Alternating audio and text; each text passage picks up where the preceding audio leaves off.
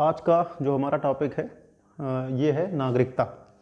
हम सब last time जो दो लेक्चर हुए थे, एक हुआ था संघ और उसका राज्य क्षेत्र और दूसरा हुआ था देशी रियासतों का एकीकरण और राज्यों का पुनर्गठन। आज हम सब नागरिकता के टॉपिक पर बात करेंगे। तो सबसे पहले आपको ये जानना होता है कि नागरिकता का टॉपिक हमारे संविधान में, या नागरिकता का जो टॉपिक है वो संविधान में कहाँ पर है। तो नागरिकता हमारे संविधान के भाग 2 में बताई गई है। इसको भी आपने पढ़ा है, जो भारतीय संविधान का भाग वाला टॉपिक है। नागरिकता भाग 2 में है और ये अनुच्छेद 5 से 11 के बीच में नागरिकता संबंधी प्रावधान किए गए हैं। तो सबसे पहले ये तो तथ्यात्मक चीज़ें हुई कि नागरिकता भाग 2 में है, 5 से 11 के बीच में इसका प्रावधान है, अनुच्छेद 5 से लेकर के 11 तक। अब प्रश्न ये उठता है कि नागरिकता क्या है, भारतीय संविधान में नागरिकता की क्या स्थिति है और इसका महत्व या इसकी अवधारणा क्या है, और नागरिकता प्राप्त व्यक्ति को क्या विशेष अधिकार प्राप्त होते हैं। इन्हीं सब पर हमारी चर्चा चलेगी। तो नागरिकता को समझने के लिए, जैसा मैंने आपको बताया था कि आधुनिक जो राज्य हैं या जिनको हम सब राष्ट्र राज्य कहते हैं,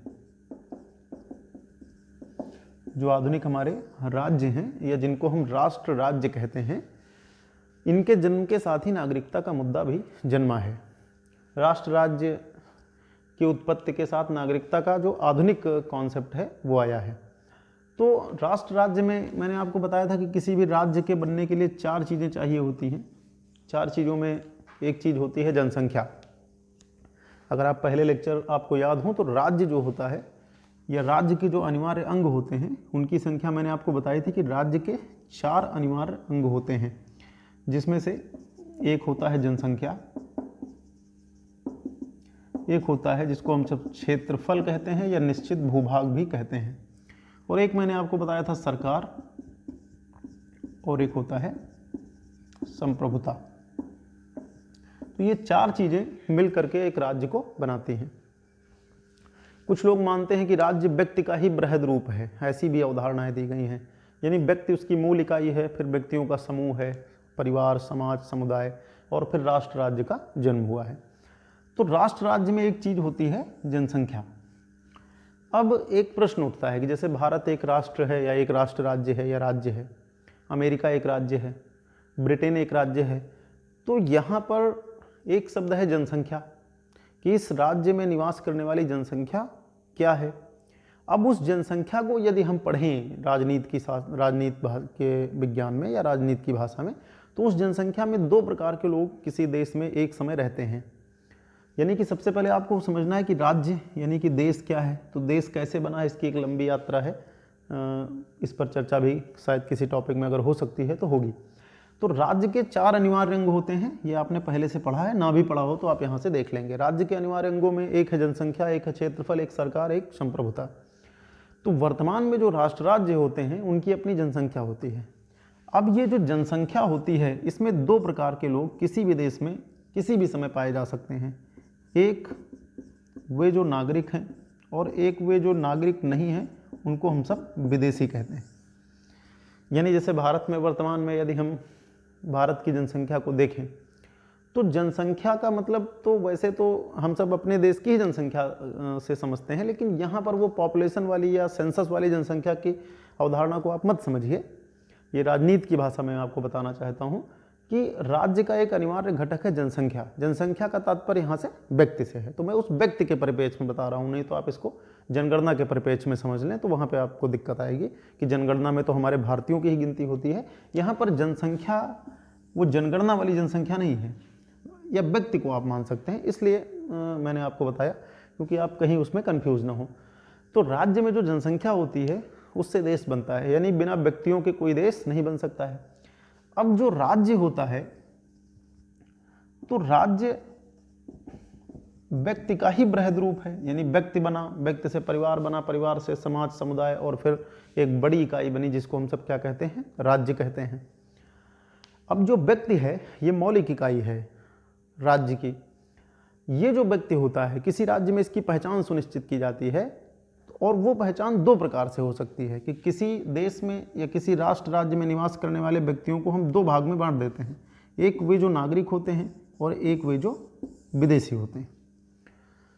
अब नागरिकता का प्रश्न उठा कहाँ से है? देखिए, नागरिकता का प्रश्न वहीं से उठा है जहाँ से राज्य की बात आती है। सीमाएं खींची गई, हर राज्य की अपनी सीमाएं हैं, तो हर राज्य की व्यक्तियों की पहचान भी होनी चाहिए कि कौन वहाँ का नागरिक है। नागरिकता की अपनी विशेष स्थिति हो सकती है, उसकी कुछ शर्तें हो सकती हैं, जन्म से भी मिल सकती है, रक्तवंश से भी मिल सकती है, भूमि के अर्जन से भी मिल सकती है। अलग अलग देशों में अलग अलग नियम पाए जाते हैं। तो ये पहचान करने की कोशिश या ये पहचान सुनिश्चित की जाती है कि कौन नागरिक है और कौन नागरिक नहीं है।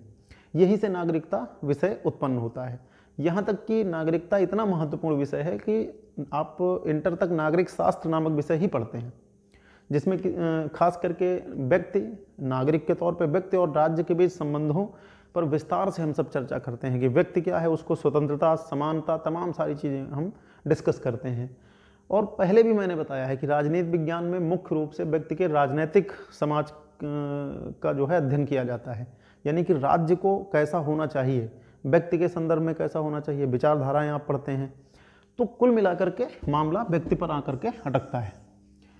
तो हम सब अपने टॉपिक में चलते हैं, वहीं से नागरिकता को हमें समझना है। तो नागरिकता को समझने के लिए बस आपको यही समझना है कि किसी भी देश में, ये चीज़ें मैंने जो आपको बताई ये इसलिए बताई कि ताकि आपका कुछ अवधारणा विषय के प्रति विकसित हो सके। तो अगर आप देखेंगे तो नागरिकता का जन्म कहाँ से हुआ? जैसे जो हमारे राष्ट्र राज्य होते हैं उनमें जो व्यक्ति निवास करते हैं, वो व्यक्ति किसी भी समय जो निवास कर रहे होते हैं उनको हम दो वर्गों में बांट लेते हैं। एक वे जो नागरिक हैं और एक वे जो विदेशी हैं। विदेशियों में भी यदि हम भारत की बात करें तो इनको भी हम मित्र और शत्रु नागरिकों में, या कह सकते हैं विदेशियों में बांटते हैं, नागरिक नहीं, सॉरी। तो देखिए, एक इकाई क्या है? राज्य है, और एक उस राज्य में निवास करने वाले व्यक्ति हैं। अब व्यक्ति किसी भी राज्य में जो निवास करते हैं वो दो प्रकार के होते हैं, एक जो वहाँ के नागरिक हैं और एक वे जो विदेशी हैं। अब यहाँ पर विदेशियों में भी कई देश ये सुनिश्चित करते हैं कि कौन हमारा विदेशी मतलब विदेशी मित्र है या कोई हमारा विदेशी शत्रु है। अब आप ये सोच रहे होंगे कि इसका प्रयोग क्यों किया जाता है यहाँ पर। तो आमतौर पे जिन देशों के साथ हमारे संबंध सौहार्दपूर्ण रहते हैं, अच्छे रहते हैं, ऐसे विदेशी लोगों को हम मित्र मानते हैं, और जो लोग हमारे साथ नकारात्मक संबंध रखते हैं, जिनके साथ हम युद्ध में उलझे रहते हैं, उनको हम शत्रु देश मानते हैं, और उनके विदेशी जो नागरिक होते हैं या उनके जो देश के नागरिक होते हैं उनको हम शत्रु देश के नागरिक या शत्रु देश के विदेशी मानते हैं। अब अंतर क्या होता है? जैसे शत्रु देश के जो विदेशी हमारे देश में आते हैं उनको उतने अधिकार नहीं प्राप्त होते हैं जितने कि इन विदेशियों को प्राप्त होते हैं। जैसे यदि कोई देश भारत का शत्रु राष्ट्र घोषित हो जाए तो उसके नागरिकों को निवारक निरोध के विरुद्ध संरक्षण प्राप्त नहीं है। अनुच्छेद 22 के तहत उसकी गिरफ्तारी, निवारक निरोध जो अनुच्छेद 22 में एक अपवाद है निवारक निरोध, उसके तहत उसकी गिरफ्तारी हो सकती है। तो सरल भाषा में आपको ये समझना है कि राज्य है, फिर राज्य में निवास करने वाले व्यक्ति हैं। व्यक्ति की कितनी कैटेगरी हुई? पहले दो, एक वो जो नागरिक हैं और एक वो जो विदेशी हैं। और विदेशियों में भी एक हमारे मित्र देश के जो विदेशी हैं और एक हमारे जो शत्रु देश के विदेशी हैं, उनके साथ हम अलग अलग व्यवहार करते हैं। यहाँ तक कि नागरिकता देने में भी हम इस बात का ख्याल रखते हैं कि कौन हमारा मित्र है और कौन हमारा शत्रु है। तो ये नागरिकता है। अब नागरिकता इतनी विशिष्ट स्थिति है कि मैंने बताया ना कि आरंभिक दिनों में राजनीति विज्ञान जो हम पढ़ते हैं उसको इंटर तक हम सब नागरिक शास्त्र के तौर पर ही पढ़ते हैं। अब ये तो क्लियर हुआ, यानी यहाँ तक हमने क्या जाना कि नागरिकता भारतीय संविधान के किस भाग में है? भाग 2 में है, 5 से 11 अनुच्छेद के बीच में है। नागरिकता का मतलब क्या होता है, या नागरिक कौन होते हैं, कौन नागरिक नहीं होते हैं। अब ये जो नागरिक होता है, यहाँ पर समझना है आपको, ये जो नागरिक होता है इसको विशिष्ट या विशेष सिविल और राजनैतिक अधिकार प्राप्त होते हैं जो अन्य देश के नागरिकों को किसी देश में प्राप्त नहीं होते हैं। हम कैसे पहचान करेंगे कि कौन नागरिक है, कौन नागरिक नहीं है? और फिर दोनों में अंतर क्या है? तो पहचान करने के अपने तरीके होते हैं। हर देश अपने नागरिकों का ब्यौरा रखते हैं। जैसे आप किसी दूसरे देश की यात्रा करेंगे तो अपवाद स्वरूप अगर कुछ देशों को छोड़ दिया जाए तो आपके पास एक वैध पासपोर्ट होना चाहिए कि आप अमुक देश के नागरिक हैं और अमुक देश आप जाना चाहते हैं। तो यदि कोई किसी देश का नागरिक है, खास करके हम भारत के संदर्भ में ही बात करेंगे, तो जो नागरिक होता है उसको विदेशियों की तुलना में ज़्यादा सिविल राजनीतिक अधिकार प्राप्त होते हैं। यानी एक विदेशी को उतने अधिकार प्राप्त नहीं होते हैं जितने कि किसी देश के नागरिक को प्राप्त होते हैं। नागरिकता एक प्रकार की व्यक्ति की विशेष स्थिति होती है। जैसे अगर हम भारत के नागरिक हैं तो हम भारत में ज़्यादा सिविल और राजनीतिक अधिकारों का प्रयोग करेंगे, हमें ज़्यादा अधिकार प्राप्त होंगे। विदेशियों को भी हमारे यहाँ बहुत सारे अधिकार प्राप्त होते हैं, लेकिन उनको उतने अधिकार नहीं प्राप्त होते हैं जितने कि एक नागरिक को प्राप्त होते हैं। तो यहाँ पर यह ध्यान रखना होगा कि नागरिक को क्या होता है, ज़्यादा सिविल राजनीतिक अधिकार या मौलिक अधिकारों में भी वर्गीकरण किया गया है। जैसे नागरिकों को कुछ ज़्यादा मौलिक अधिकार प्राप्त होते हैं। तो हम लोगों ने देखा कि नागरिक और विदेशी दो प्रकार के जो स्थितियां हैं किसी व्यक्ति की, उसमें क्या अंतर होते हैं, इसको हम लोग पहले समझते हैं। जैसे हम भारत की ही बात करते हैं तो मैंने अभी आपको क्या बताया है कि नागरिकों को कुछ ज़्यादा अधिकार प्राप्त होते हैं या किसी देश में उनको ज़्यादा सिविल राजनीतिक अधिकार प्राप्त होते हैं। तो यहाँ पर हम जानने का प्रयास करेंगे कि ऐसे कौन कौन से अधिकार हैं जो भारत में किसी नागरिक को प्राप्त हैं लेकिन विदेशी को प्राप्त नहीं है। तो जैसे मैंने यहाँ पे लिखा है कि नागरिकों को प्राप्त अधिकार या नागरिकों को जो अधिकार प्राप्त हैं वो कौन कौन से हैं। तो यहाँ पे जो ये लिखने का तात्पर्य है कि नागरिकों को प्राप्त अधिकार, इसका मतलब साफ है कि ये अधिकार विदेशियों को प्राप्त नहीं है। अगर आप चाहें तो ब्रैकेट में मैं लिख रहा हूँ कि किसी विदेशी व्यक्ति को, किसी दूसरे देश के नागरिक को ये अधिकार प्राप्त नहीं है।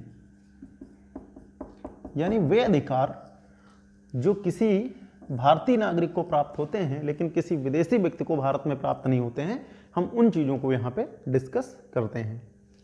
तो बहुत सारे ऐसे अधिकार हैं जो हमारे नागरिकों को ही प्राप्त हैं, विदेशियों को प्राप्त नहीं है।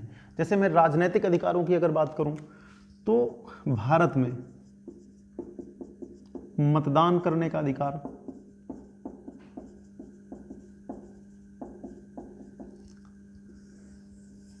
जैसे आप देखेंगे एक अधिकार ये है, जैसे भारत में भारतीय नागरिकों को एक विशेष अधिकार प्राप्त है, मतदान करने का अधिकार। लोकतांत्रिक परंपरा में मत देने का अधिकार होता है हर नागरिक को। तो भारत में नागरिकों को मतदान का अधिकार प्राप्त है, ये अधिकार किसी विदेशी को प्राप्त नहीं है। विशेष मामलों में जैसे अभी कुछ प्रवासियों को नागरिक मतलब जो है मतदान का अधिकार दिया गया है, तो वो भारतीय मूल के ही लोग हैं या भारत के प्रवासी हैं जिनको ऐसे विशेष अधिकार दिए गए हैं। यानी सामान्य परिस्थितियों में कोई भारतीय नागरिक मतदान का अधिकार भारत में रखता है लेकिन कोई विदेशी व्यक्ति मतदान का अधिकार नहीं रखता है।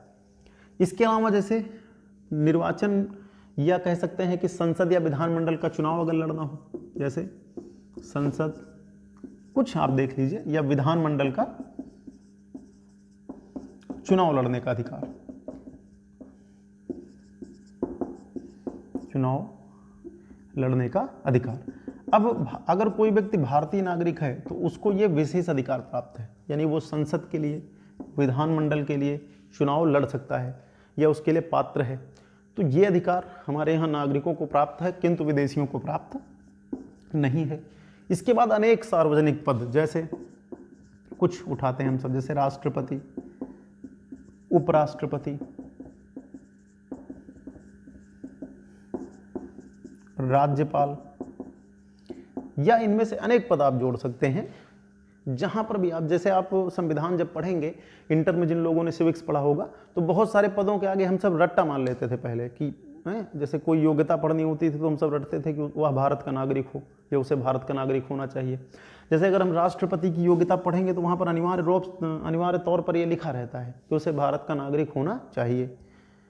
उपराष्ट्रपति की योग्यता को पढ़ेंगे, वहाँ पर भी लिखा रहेगा कि उसे भारत का नागरिक होना चाहिए। तो अनेक सार्वजनिक पद के मामले में, जैसे राष्ट्रपति, उपराष्ट्रपति, राज्यपाल, या फिर अनेक जैसे लोकसभा सदस्य होते हैं, राज्यसभा सदस्य होते हैं, या इसके अलावा जैसे महान न्यायवादी हो गया, कैग हो गया, सुप्रीम कोर्ट के हमारे न्यायाधीश हो गए।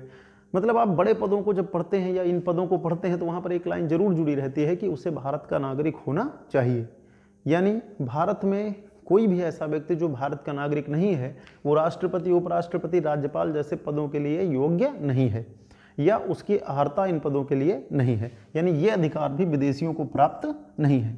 हाँ, एक चीज़ यहाँ पर जरूर ध्यान रखना, आपके एग्जाम के काम की है, भारत में किसी भी प्रकार का चुनाव लड़ना, वोट डालना, या फिर कह लीजिए कि राष्ट्रपति, उपराष्ट्रपति, राज्यपाल या अन्य ऐसे पदों पर नियुक्त होने के लिए व्यक्ति को जन्मजात रूप से यानी प्राकृतिक रूप से या अर्जन के द्वारा किसी भी तरीके से प्राप्त नागरिकता या किसी भी तरीके से अगर उसने नागरिकता प्राप्त की है तो भारत में उसे इन सारे अधिकारों का प्रयोग करने का अधिकार मिल जाता है। जैसे यदि कोई विदेशी व्यक्ति भारत की नागरिकता ग्रहण कर लेता है तो वो राष्ट्रपति का चुनाव लड़ने के योग्य हो जाता है।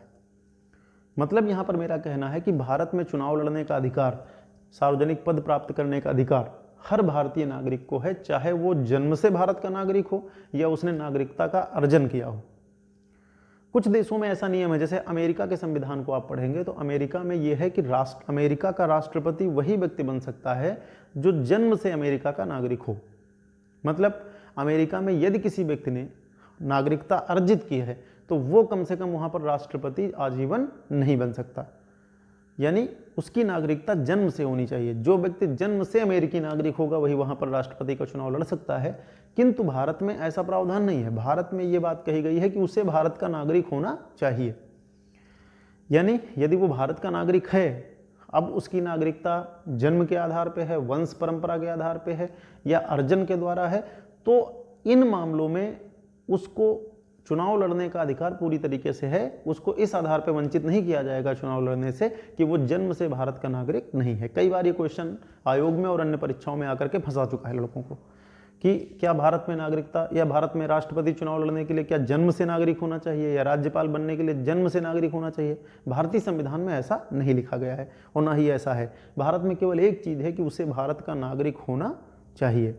तो जैसे ये मतदान का अधिकार हो गया, संसद विधानमंडल का चुनाव लड़ने का अधिकार हो गया, राष्ट्रपति, उपराष्ट्रपति, राज्यपाल या सीएजी, महान न्यायवादी जैसे पद, सुप्रीम कोर्ट, हाई कोर्ट के न्यायाधीश का पद यदि प्राप्त करना है तो आपको भारत का नागरिक होना ही होगा। विदेशियों को ऐसे अधिकार प्राप्त नहीं है।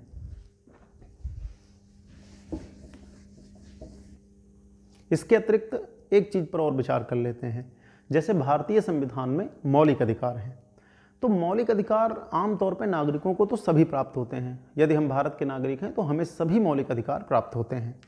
मौलिक अधिकार में से कुछ इतने मौलिक हैं कि वो यूनिवर्सल हैं, उनकी प्रवृत्ति वैश्विक है। जैसे जीवन का अधिकार, तो जीवन का अधिकार ये एक ऐसा अधिकार है जो देश काल सीमा में नहीं बांधा जा सकता। जीवन का अधिकार बहुत विस्तृत है, प्राण और दैहिक स्वतंत्रता बहुत विस्तृत है। या जैसे अपराध से दोष सिद्धि है, तो मतलब किसी व्यक्ति को बिना अपराध के दोष साबित कर देना या बंदी बनाना, 22 अनुच्छेद 20 और 22 में दोनों मिला करके आएगा। तो कुछ ऐसे अधिकार होते हैं जो विदेशियों को भी प्राप्त होते हैं। तो यदि हम मौलिक अधिकार पर विचार करेंगे तो ऐसे कौन कौन से मौलिक अधिकार हैं मैं यहाँ पर आपको बताऊंगा। यहाँ से भी क्वेश्चन बनता है एग्जाम में कि निम्न में से कौन सा मौलिक अधिकार किसी विदेशी को प्राप्त नहीं है, या कौन कौन से ऐसे मौलिक अधिकार हैं जो नागरिक और विदेशी दोनों को प्राप्त होते हैं। तो सबसे पहले मैं आपको यहाँ पर बताऊंगा कि कौन कौन से ऐसे मौलिक अधिकार हैं जो केवल नागरिकों को प्राप्त हैं, विदेशियों को प्राप्त नहीं है। जैसे पहले मैं अनुच्छेद लिख दे रहा हूँ, फिर उसकी मैं व्याख्या कर दूंगा। जैसे अनुच्छेद 15 ये केवल नागरिकों को प्राप्त है, विदेशियों को प्राप्त नहीं है। अनुच्छेद 16 ये भी नागरिकों को प्राप्त है, विदेशियों को प्राप्त नहीं है। अनुच्छेद 19 ये भी विदेशियों को प्राप्त नहीं है। इसके अलावा अनुच्छेद 29 एवं 30 ये भी जो है विदेशियों को प्राप्त नहीं है। अब भारतीय संविधान में जो मौलिक अधिकार हैं उनमें से कुछ मौलिक अधिकार विदेशियों को नहीं दिए गए हैं, उनको भी यहाँ पर हम सब देख लेते हैं। इसके अलावा जो मौलिक अधिकार हैं वो हर विदेशी को भारत में प्राप्त हैं। जैसे विदेशियों को, अब इसके अलावा जो बचेंगे, विधि के समक्ष समता प्राप्त है, अस्पृश्यता के विरुद्ध उनको अधिकार प्राप्त है, उपाधि का कॉन्सेप्ट उनके ऊपर भी लागू होगा। इसके अलावा अपराध से दोष सिद्धि, बंदी अवस्था में संरक्षण जैसे अधिकार उनको प्राप्त हैं, यानी अनुच्छेद 20-22 में उनको मिले हैं। अनुच्छेद 23-24 भी उनको प्राप्त हैं, यानी कि किसी विदेशी बच्चे को हम बंधक बना करके काम नहीं कर सकते, बंधुआ नहीं बना सकते, बलात्, मानव श्रम जैसी चीज़ें हम नहीं ले सकते। धार्मिक स्वतंत्रता भी विदेशियों को प्राप्त है, यानी कि अगर हम अनुच्छेद के हिसाब से बात करें तो विदेशियों को अनुच्छेद 14, अनुच्छेद 17 प्राप्त हैं, अनुच्छेद 20 प्राप्त है, 22 प्राप्त है, और फिर 25 से यानी कि 22 के बाद फिर 23 प्राप्त है, 24 प्राप्त है और 25 से 28 भी प्राप्त है। जैसे 14 में क्या है, विधि के समझ समता है।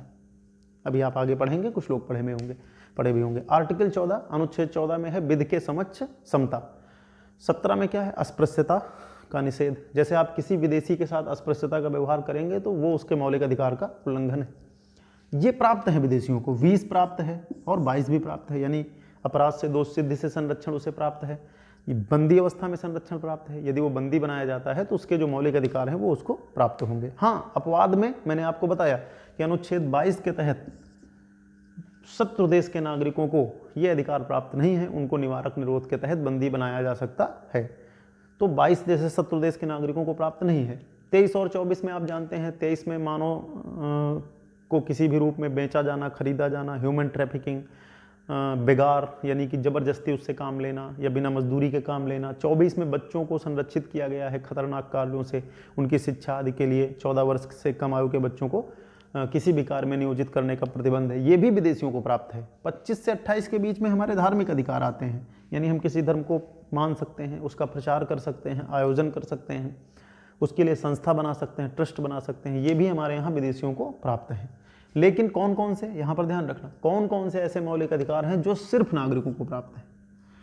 तो अनुच्छेद 15, अब 15 में क्या है, धर्म, जाति, लिंग, वंश आदि के आधार पर भेदभाव का निषेध। अब आप सोच रहे होंगे कि क्या विदेशियों के साथ हम धर्म, जाति, लिंग के आधार पर भेदभाव करेंगे? ऐसा नहीं है। देखिए 15 में बहुत सारी चीज़ें हैं, जैसे 15 में 15 के कई आर्टिकल्स में संशोधन करके शिक्षण संस्थाओं में प्रवेश में आरक्षण है, तो वो विदेशियों को प्राप्त नहीं होगा। इसका मतलब मैं इसलिए कर रहा हूँ कि कुछ लोग ये समझे कि नहीं, क्या हम विदेशियों के साथ धर्म, जाति, लिंग के आधार पर भेदभाव कर सकते हैं? नहीं, हम जो अपने नागरिकों को कुछ विशेष अधिकार देते हैं अनुच्छेद 15 के तहत, उसके लिए हमने इसको बाहर कर दिया है कि ये विदेशियों को प्राप्त नहीं है। बाकी धर्म, जाति, लिंग के आधार पर हम भेदभाव नहीं करेंगे, क्योंकि 25 से 28 उनको प्राप्त है। अस्पृश्यता के खिलाफ उनको अधिकार प्राप्त है। अनुच्छेद 21 यहाँ पर मिस हुआ है, प्राण और दैहिक स्वतंत्रता भी उनको प्राप्त है। लेकिन जो 15 के विशेष उपबंध हैं, इसलिए इस अनुच्छेद को बाहर रखा गया है। तो धर्म, जाति, लिंग, वंश, रंग आदि के आधार पर जो भेदभाव की बात होती है वो विदेशियों को प्राप्त नहीं है, लेकिन इसका सकारात्मक अर्थ आप लगाएंगे। 16 में आप क्या है जानते हैं, लोक नियोजन में अवसर की समता। लोक नियोजन मतलब कि जो भी पब्लिक सेक्टर में नियोजन होगा, यानी कि जो लोक नियोजन होगा, लोक नियोजन में अवसर की समता की बात की गई है, यानी सभी लोगों को समान रूप से अवसर उपलब्ध कराए जाएंगे। तो आमतौर पे हम उसका सीमित मतलब ये समझते हैं कि जो नौकरियां होंगी लोक नियोजन में, जो पद होंगे, उसमें सब लोगों को समान समझा जाएगा। लेकिन लोक नियोजन और व्यापक शब्द है, कभी चर्चा होगी उस पर। तो लोक नियोजन में अवसर की समता है। इसी के विभिन्न आर्टिकल्स में SC, ST और अन्य पिछड़े वर्ग, महिलाओं आदि के लिए विशेष प्रावधान भी किए जा सकते हैं। इसके अलावा तो ये किसी भी विदेशी को प्राप्त नहीं है, यानी कि लोक नियोजन में अवसर की समता किसी विदेशी को प्राप्त नहीं है, लेकिन नागरिकों को प्राप्त है। तो ये ध्यान रखना है आपको। इसके अतिरिक्त अनुच्छेद 19 में विभिन्न प्रकार की स्वतंत्रताएं हैं, जैसे भाषण, वाक, अभिव्यक्ति, आपने पढ़ा होगा। इसके अलावा इसमें जैसे आवागमन का अधिकार है, आजीविका का अधिकार है, कहीं भी बसने का अधिकार है। तो ये अधिकार किसी विदेशी को प्राप्त नहीं है, यानी कोई विदेशी भारत में अनुच्छेद 19 के तहत मौलिक अधिकार का दावा नहीं कर सकता। इसके अलावा अनुच्छेद 29 और 30, अनुच्छेद 29 और 30 में क्या है, 29 में अल्पसंख्यक वर्ग और उससे संबंधित या उसके अधिकारों से संबंधित प्रावधान है। 30 में शिक्षण संस्थाओं की स्थापना जैसी बातें हैं, मौलिक अधिकार में इस पर बात होगी। तो 29 और 30 भी किसी भी विदेशी को प्राप्त नहीं है, ये नागरिकों को ही प्राप्त है। तो जैसा मैंने बताया कि नागरिकों को कुछ विशिष्ट या कुछ विशेष या कुछ ज़्यादा सिविल और राजनीतिक अधिकार प्राप्त होते हैं, तो वो मैंने बताने का आपको प्रयास किया। अच्छा क्वेश्चन है, ध्यान रखना, ये आप एग्जाम के लिए तैयार करेंगे इसको। ऐसे क्वेश्चन एग्जाम में आते हैं जैसे 15, 16, 19, 29, 30, ये ऐसे मौलिक अधिकार हैं जो सिर्फ नागरिकों को प्राप्त हैं, विदेशियों को प्राप्त नहीं है। और उधर के जो मौलिक अधिकार मैंने लिखे हैं वो विदेशियों को प्राप्त होते हैं। अब जब मौलिक अधिकार आप पढ़ेंगे तो और विस्तार से इस टॉपिक को हम सब पढ़ लेंगे। तो ये तो नागरिकता की स्थिति हुई। अब देखिए, जो नागरिक होता है उसको कुछ विशिष्ट कर्तव्य भी उसके होते हैं, जैसे वो टैक्स अदा करना उसका अपना कर्तव्य होता है। इसके अलावा उसके मौलिक कर्तव्यों में राष्ट्रगान, राष्ट्रध्वज आदि का सम्मान जैसी चीज़ें होती हैं। देश प्रेम और हमारे देश के लिए बलिदान देने वाले लोगों को अपने हृदय में संजोए रखना, अपने राष्ट्रगान और प्रतीकों का आदर करना, टैक्स चुकाना। तो नागरिकता जब अधिकार देती है तो उसके साथ कुछ कर्तव्य भी सुनिश्चित करती है। तो ये एक चर्चा थी कि आप पहचानें कि कौन नागरिक है और कौन विदेशी है।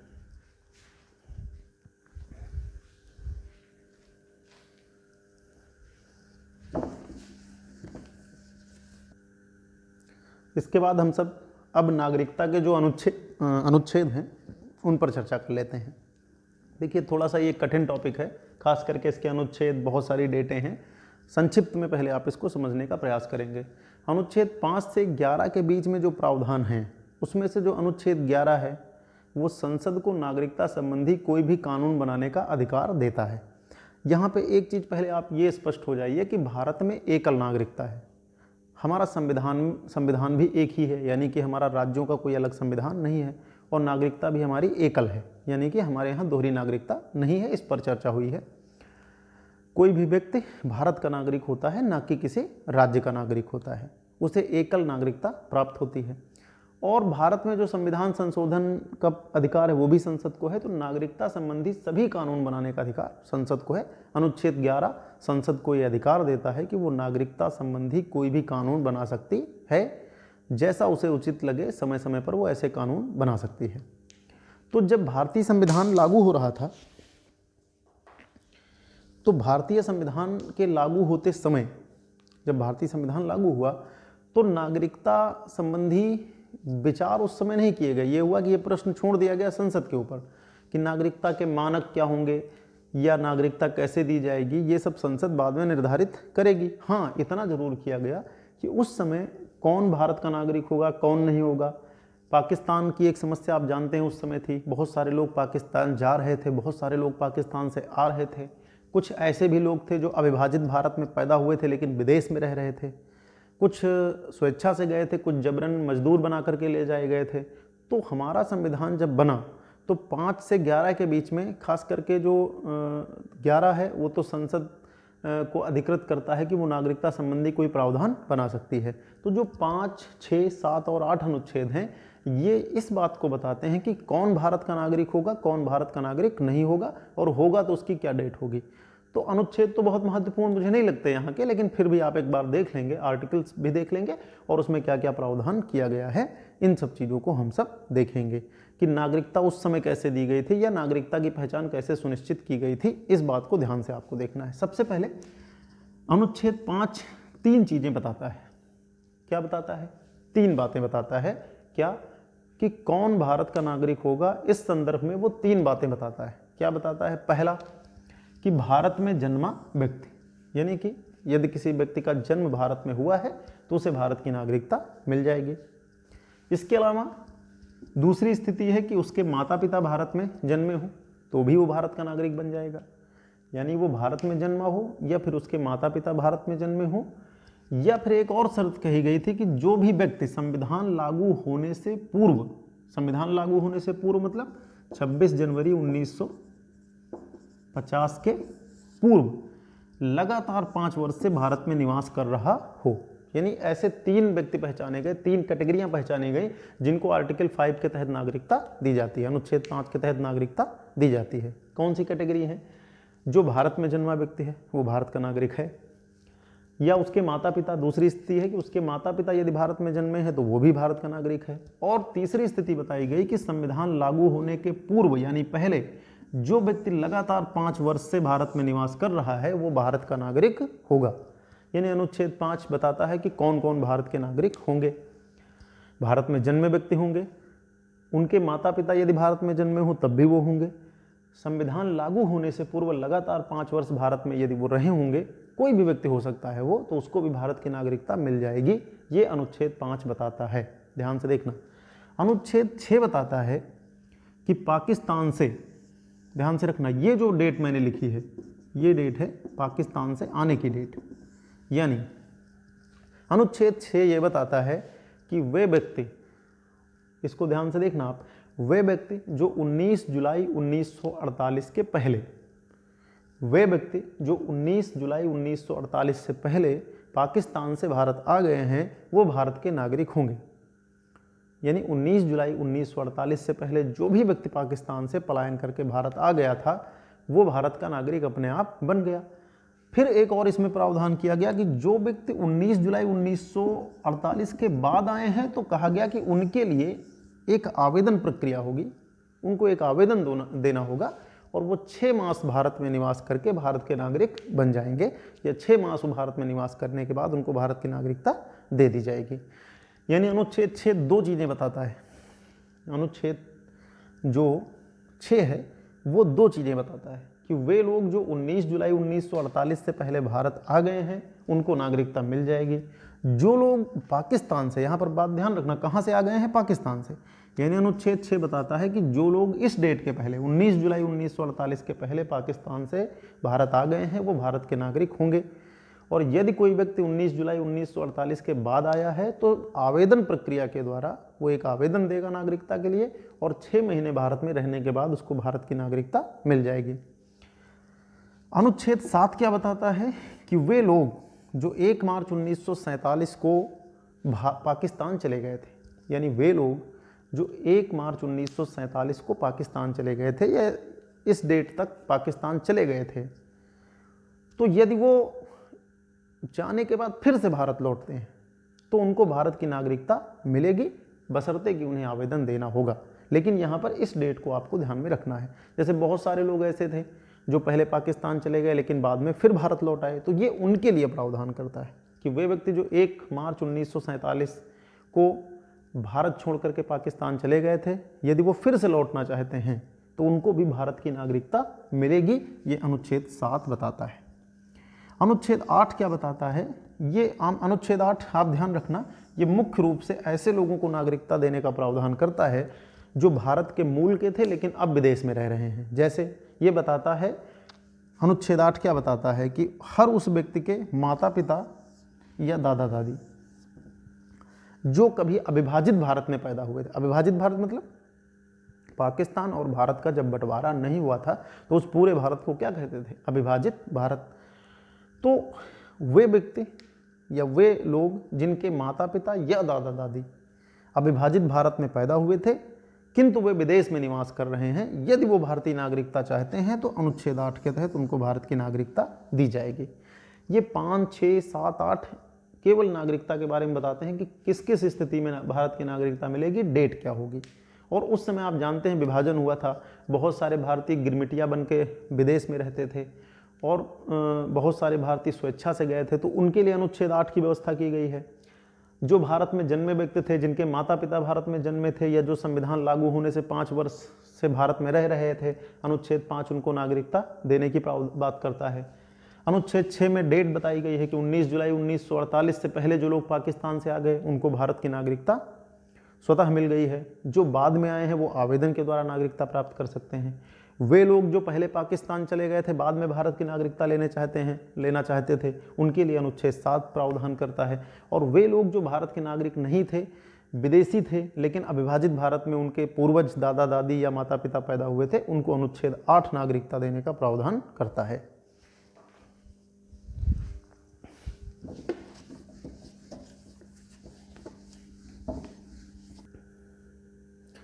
तो आगे अनुच्छेद आप देखिए, एक आर्टिकल है आपका इसी से संबंधित अनुच्छेद 9। यानी देखिए 5, 6, 7 और 8 ये कौन नागरिक होगा कौन नहीं होगा या डेट आदि बताता है। 9 में क्या बताया गया है उसको आप देख लीजिए। 9 बताता है कि वह व्यक्ति, आर्टिकल 9 बताता है कि वह व्यक्ति भारत का नागरिक नहीं होगा जिसने स्वेच्छा से किसी अन्य देश की नागरिकता स्वीकार कर ली हो। ये बात स्पष्ट है, भारत एकल नागरिकता देता है। विदेशी मामलों में भी ये प्रावधान लागू होता है, यानी भारत दोहरी नागरिकता नहीं देता है। यदि कोई व्यक्ति किसी अन्य देश की नागरिकता स्वीकार कर लेता है तो उसकी भारतीय नागरिकता समाप्त हो जाती है। यानी यदि कोई व्यक्ति, यहाँ यही अनुच्छेद 9 बता रहा है क्या, कि वह व्यक्ति भारत का नागरिक नहीं होगा जिसने स्वेच्छा से किसी अन्य देश की नागरिकता स्वीकार कर ली है। हालांकि आप इसका अपवाद बता सकते हैं कि 2003 में एक संशोधन के द्वारा कुछ हमारे प्रवासी या हमारे जो भारतीय मूल के लोग हैं उनके लिए नागरिकता संबंधी कुछ प्रावधान किए गए हैं, लेकिन वो अपवाद स्वरूप है। सामान्य परिस्थितियों में यदि कोई व्यक्ति भारत की नागरिकता त्याग देता है, किसी अन्य देश की नागरिकता स्वीकार कर लेता है, या फिर वो अन्य देश की नागरिकता स्वीकार कर लेता है तो उसकी भारत की नागरिकता समाप्त हो जाती है। अनुच्छेद 10 संसद को अधिकृत करता है कि वो समय समय पर ऐसे कानून या ऐसे प्रावधान बनाए जिससे किसी व्यक्ति के भारतीय नागरिक होना प्रमाणित हो। मतलब संसद को ये अधिकार है, जैसे यहाँ पे क्या कहा गया है कि प्रत्येक व्यक्ति भारत का नागरिक है या समझा जाता है यदि संसद ऐसा प्रावधान करती है। मतलब संसद को ये अधिकार दिया गया है कि वो नागरिकों की पहचान के लिए प्रावधान बनाए, कौन भारत का नागरिक है ये प्रावधान बनाने का अधिकार भी किसको दिया गया है, संसद को दिया गया है। और जो अनुच्छेद 11 है, मैंने आपको बताया है कि नागरिकता संबंधी कोई भी विधि बननी होगी तो उसको बनाने का अधिकार किसके पास है, संसद के पास है। यानी नागरिकता संबंधी किसी भी प्रकार की विधि का निर्माण कौन कर सकती है, संसद। तो 9 क्या बता रहा है कि यदि कोई व्यक्ति किसी अन्य देश की नागरिकता ग्रहण कर लेगा तो उसकी नागरिकता स्वतः समाप्त हो जाएगी। 10 कहता है कि प्रत्येक व्यक्ति भारत का नागरिक है या समझा जाएगा यदि संसद ऐसा प्रावधान करेगी तो, यानी संसद के प्रावधान के द्वारा ही सुनिश्चित होगा कि कौन भारत का नागरिक है कौन नहीं है।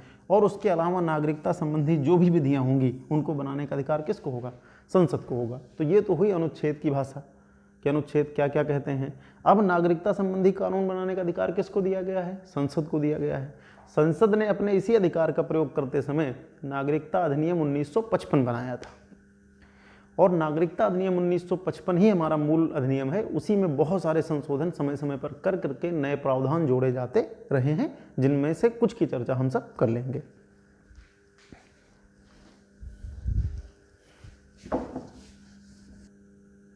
तो जैसा मैंने आपको बताया कि नागरिकता संबंधी कानून बनाने का अधिकार संसद को दिया गया है। संसद ने अपने इस अधिकार का प्रयोग करते हुए एक अधिनियम बनाया था, नागरिकता अधिनियम 1955। उसमें समय समय पर बहुत सारे संशोधन हुए हैं, आप उनको देख लेना।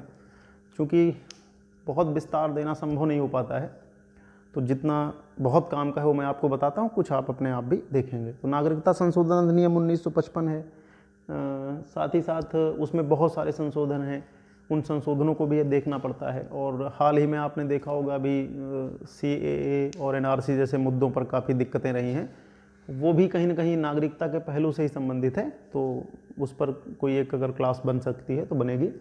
अभी तो हम फिलहाल नागरिकता संशोधन अधिनियम, जो नागरिकता संशोधन अधिनियम 1955 बना या नागरिकता अधिनियम 1955 बना, बाद में उसमें समय समय पर संशोधन हुए हैं। तो इन सब प्रावधानों के द्वारा 2-3 चीज़ें सुनिश्चित होती हैं कि एक तो आप भारत की नागरिकता कैसे कैसे पा सकते हैं, कैसे आपकी नागरिकता समाप्त हो सकती है, एकल नागरिकता के प्रावधान को आप जानते हैं, और नागरिकता संबंधी सारी चीज़ें मैंने व्याख्या की ही की है। तो यहाँ पे सबसे पहले हम सब लोग नागरिकता के अर्जन को जानते हैं। देखिए, नागरिकता के अर्जन का एक मामला है। तो नागरिकता के अर्जन का मतलब होता है कि नागरिकता किससे कैसे हमको प्राप्त हो सकती है। तो नागरिकता प्राप्त होने के लिए सबसे पहला तरीका होता है जन्म से। जैसे 26 जनवरी 1950 के बाद यदि किसी बच्चे का जन्म भारत में हुआ है और उसके माता पिता भारत के हैं तो उसको भारत की नागरिकता अपने आप प्राप्त हो जाती है। बहुत डीप में जाएंगे तो इसमें बहुत सारी डेट हैं, बहुत हाच-पाच भी हो जाएगा। सरल भाषा में आप समझ लीजिए, 26 दिसंबर 1950 के बाद यदि कोई व्यक्ति भारत का नागरिक है, भारत का नागरिक होगा यदि उसके माता पिता भारतीय नागरिक हैं। बाद में इसमें कुछ चेंज किया गया 2004 में, कहा गया कि किसी भी ऐसे बच्चे का जन्म जिसका जन्म भारत में हुआ है और उसके माता पिता में से कोई एक भारतीय नागरिक है और दूसरा अवैध प्रवासी नहीं है तो भी उसको भारत की नागरिकता मिलेगी। यानी यहाँ पर एक चेंज है 2004 के बाद कि यदि किसी बच्चे का जन्म भारत में हुआ है और जन्म के समय माता पिता में से कोई एक भारत का नागरिक है और दूसरा अवैध प्रवासी ना हो तो उसे भारत की नागरिकता मिलेगी। यानी 26 जनवरी 1950 से लेकर के 2004 तक पहली स्थिति है कि जन्म के समय उसके माता पिता भारत के नागरिक हैं और उसे भारत की नागरिकता मिलेगी। लेकिन 4 के बाद एक प्रावधान है कि यदि माता पिता में से कोई एक भारत का नागरिक है और दूसरा अवैध प्रवासी नहीं है तो उसे भारत का नागरिक माना जाएगा। जो दूसरी परंपरा है वो वंश परंपरा है। वंश परंपरा से भी भारत की नागरिकता मिलती है। वंश परंपरा का मतलब ये होता है कि ऐसा कोई बच्चा जिसके वंश परंपरा से माता या पिता भारतीय हैं, यानी कि वंश परंपरा का यहाँ पर मतलब ये है कि जिसके माता या पिता में से कोई एक भारतीय है। 92 के बाद दूसरी स्थिति है।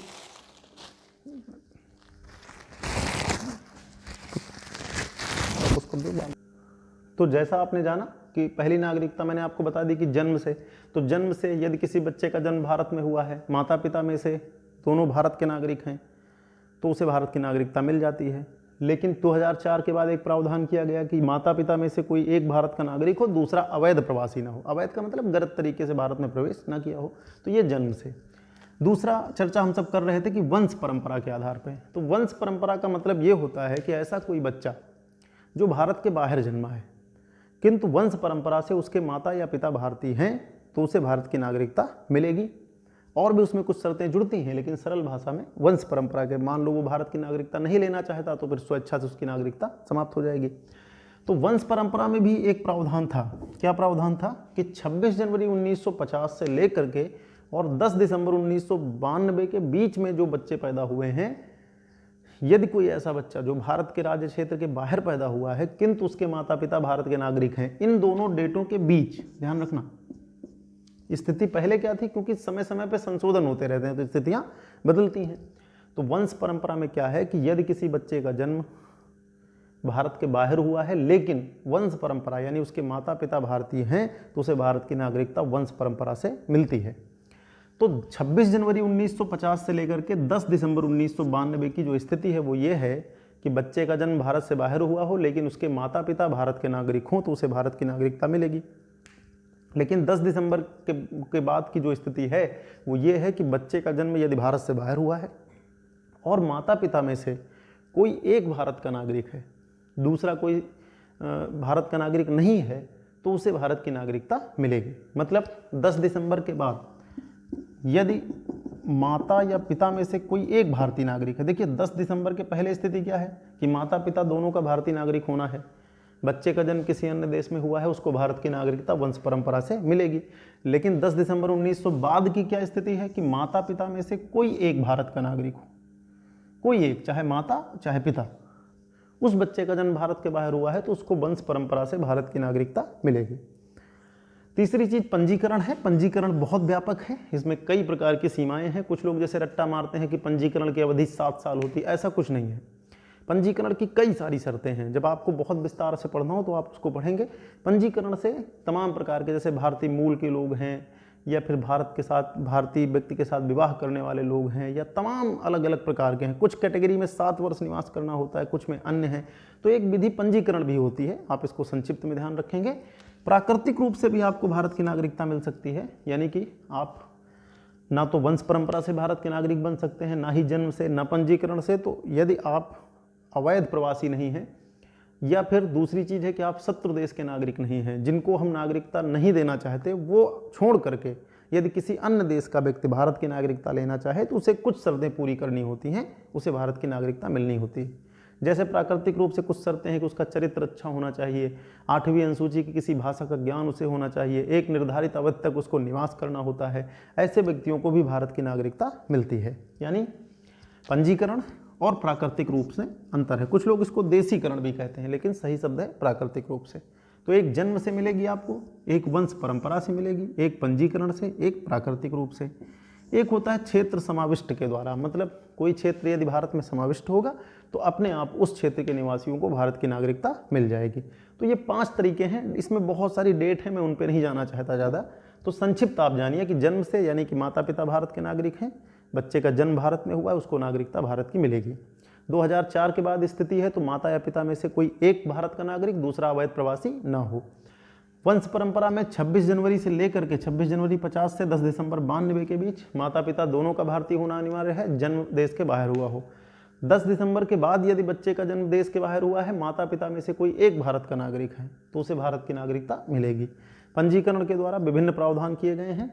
प्राकृतिक रूप से विदेशी लोगों को सीधे नागरिकता मिलेगी, और क्षेत्र समाविष्ट एक प्रक्रिया होती है कि अगर किसी क्षेत्र को हम अपने देश के अंदर समाविष्ट कर लेंगे तो अपने आप उस क्षेत्र के व्यक्तियों को भारत की नागरिकता मिल जाएगी। तो ये संक्षिप्त 5 प्रकार होते हैं भारत के, किसी भी भारत में नागरिकता प्राप्त करने के उपाय जो या तरीके जो हैं वो ये 5 होते हैं। इनको आप ध्यान रखेंगे। तो आप सब लोगों ने अभी तक क्या जाना कि नागरिकता कितने तरीके से प्राप्त हो सकती है, उसको फिर से आप एक बार देखेंगे। एक जन्म परंपरा से, वंश परंपरा से, पंजीकरण से, और एक प्राकृतिक रूप से, और एक भूमि के अर्जन से। पंजीकरण और प्राकृतिक रूप में महत्वपूर्ण अंतर आप ध्यान रखना। प्राकृतिक रूप से कोई विदेशी या जो भारत से बिल्कुल संबंध नहीं रखता है वो नागरिकता पाता है। पंजीकरण में जिसका भारत से कभी संबंध रहा हो या फिर विवाह आदि के द्वारा जो लोग आते हैं वो नागरिकता पाते हैं। अब एक प्रश्न ये उठता है कि नागरिकता किस तरीके से समाप्त हो सकती है। तो मुख्य तौर पे 2-3 तरीके हैं, उसके अंदर कुछ और बातें हैं जिस तरीके से भारत के किसी व्यक्ति की नागरिकता समाप्त की जा सकती है। जैसे सबसे पहला है कि स्वैच्छिक त्याग, यानी कि यदि कोई व्यक्ति पूर्ण आयु का है, पूर्ण क्षमता का है और वो स्वेच्छा से अपनी नागरिकता का त्याग कर देता है तो उसकी नागरिकता समाप्त हो जाएगी और उसके नाबालिग बच्चों की भी नागरिकता समाप्त हो जाएगी। किंतु जब उसके बच्चे बालिग होंगे तो उनको भारत की नागरिकता प्राप्त करने का पूरा अधिकार रहेगा। यानी कोई व्यक्ति अपनी स्वेच्छा से भारत की नागरिकता का त्याग कर देता है तो उसकी नागरिकता समाप्त हो जाएगी, उसके नाबालिग बच्चों की भी नागरिकता समाप्त हो जाएगी, किंतु वे बच्चे जब बड़े होंगे तो उनको भारत की नागरिकता लेने का अधिकार रहेगा। तो सरल भाषा में यदि कोई व्यक्ति चाहे तो स्वैच्छिक तौर पर भारत की नागरिकता त्याग सकता है। एक बर्खास्तगी है, बर्खास्तगी का मतलब है कि नागरिकता समाप्त कर देना। तो अनुच्छेद 9 आपको मैं पढ़ा चुका हूँ, उसमें क्या बताया गया है कि यदि कोई व्यक्ति स्वेच्छा से किसी अन्य देश की नागरिकता ग्रहण कर लेता है तो उसकी भारत की नागरिकता बर्खास्त कर दी जाएगी, समाप्त कर दी जाएगी। तीसरा होता है वंचित करना। तीसरा क्या होता है? वंचित करना। वंचित करना मतलब कि नागरिकता से वंचित कर देना। वंचित करने में क्या क्या आता है? जैसे पहला कि यदि कोई व्यक्ति फर्जी तरीके से भारत की नागरिकता प्राप्त कर ले, जैसे कोई व्यक्ति झूठे डॉक्यूमेंट्स के द्वारा गलत तरीके से या फर्जी डॉक्यूमेंट से, फर्जी जानकारी से भारत की नागरिकता प्राप्त कर ले तो उसकी नागरिकता समाप्त की जा सकती है, उसको नागरिकता से वंचित किया जा सकता है। या जैसे कोई ऐसा व्यक्ति जो हमारे संविधान का अनादर करे उसकी नागरिकता भी समाप्त हो सकती है। कोई ऐसा व्यक्ति जो युद्ध के समय किसी दूसरे देश के साथ संधि कर ले, शत्रु देश के साथ संधि कर ले या शत्रु देश को कोई गोपनीय सूचनाएं लीक करे या साझा करे तो उसकी नागरिकता समाप्त हो सकती है। कोई व्यक्ति यदि पंजीकरण से नागरिकता पाया है, चाहे जिसमें किसी भी देश में उसको 2 साल की सजा हुई है, तब भी उसकी नागरिकता समाप्त हो सकती है। यदि कोई व्यक्ति भारत से बिना बताए, बिना किसी सूचना के 7 वर्ष लगातार गायब हो जाए या 7 वर्ष बिना बताए भारत से वो बिना किसी सूचना के भारत से बाहर रहे तो भी उसकी नागरिकता समाप्त हो जाती है। तो नागरिकता प्राप्त करने के तरीके और नागरिकता के विलोपन के तरीके आपको ध्यान में रखना है। इसके अलावा इसमें क्या ध्यान रखना है? आपको एकल नागरिकता ध्यान रखना है कि भारत की नागरिकता कैसी है? एकल। नागरिकता अधिनियम कब पारित हुआ था? 55 में। उसमें समय समय पर संशोधन है। 2003 में एक बड़ा महत्वपूर्ण संशोधन किया गया था। तो ये तो सिंपल टॉपिक है।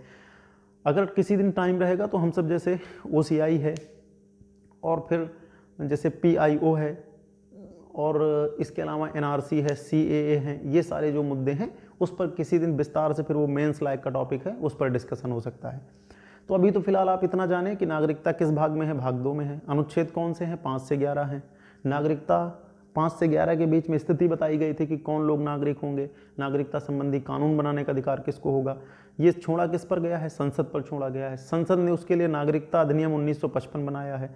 उसमें कई सारे संशोधन समय समय पर होते आए हैं। जैसे हालिया संशोधन 2015 में हुआ था, उसके बाद अभी अन्य संशोधन भी आपने देखा। CAA को लेकर के काफ़ी दिक्कतें हैं, वो भी चर्चा में है, उस पर भी बात होगी किसी दिन। और उसके बाद फिर नागरिकता प्राप्त करने के तरीके क्या क्या हैं? 5 मुख्य तरीके हैं। नागरिकता समाप्त कैसे हो सकती है, तो ये इस वीडियो से, और नागरिकता कौन सी स्थिति होती है, कौन से मतलब नागरिकों को विशेष अधिकार हैं जो विदेशियों को नहीं है, ये सारी चीज़ें यहाँ पर हम लोगों ने डिस्कस की है। तो इसको आप देख लेंगे, इसमें आपके काफ़ी प्रश्न आपके मिलेंगे।